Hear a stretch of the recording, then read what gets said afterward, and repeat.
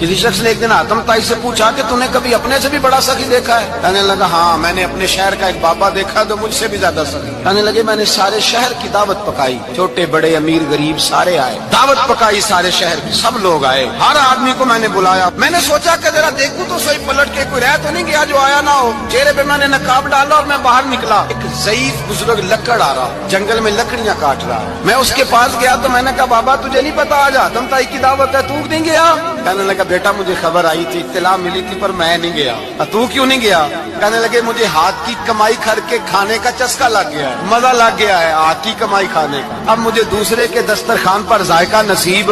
کہتے میں پلٹنے لگا تو بابے نے بلایا، کہنے لگا ادھر آ یار۔ میں گیا تو اس نے 5 آنے نکالے۔ کہنے لگا آتم تائی کا جو بندہ لنگر پکانے والا ہوا نا، یہ 5 آنے اسے دے دینا، آتم تائی کو ضرورت نہیں میرے پیسوں، تو بڑا امیر آدمی ہے، یہ اس کو دے دینا 5 آنے لنگر والے کو، اور اس کو کہنا بڑے بڑے نیک لوگ آئے ہیں دعوت میں، 5 آنے میرے بھی شامل کر، میرے دیے ہوئے پیسوں سے لقمہ کھا لے گا تو اجر مل جائے گا۔ آتم تائی کہتے ہیں میں نے کھینچ کے نقاب اتارا اور بابے کو کہا یار سینے سے لگ جا، میں تو مالدار ہو کے سخی ہوں، تو غریب ہو کے بڑا سخی۔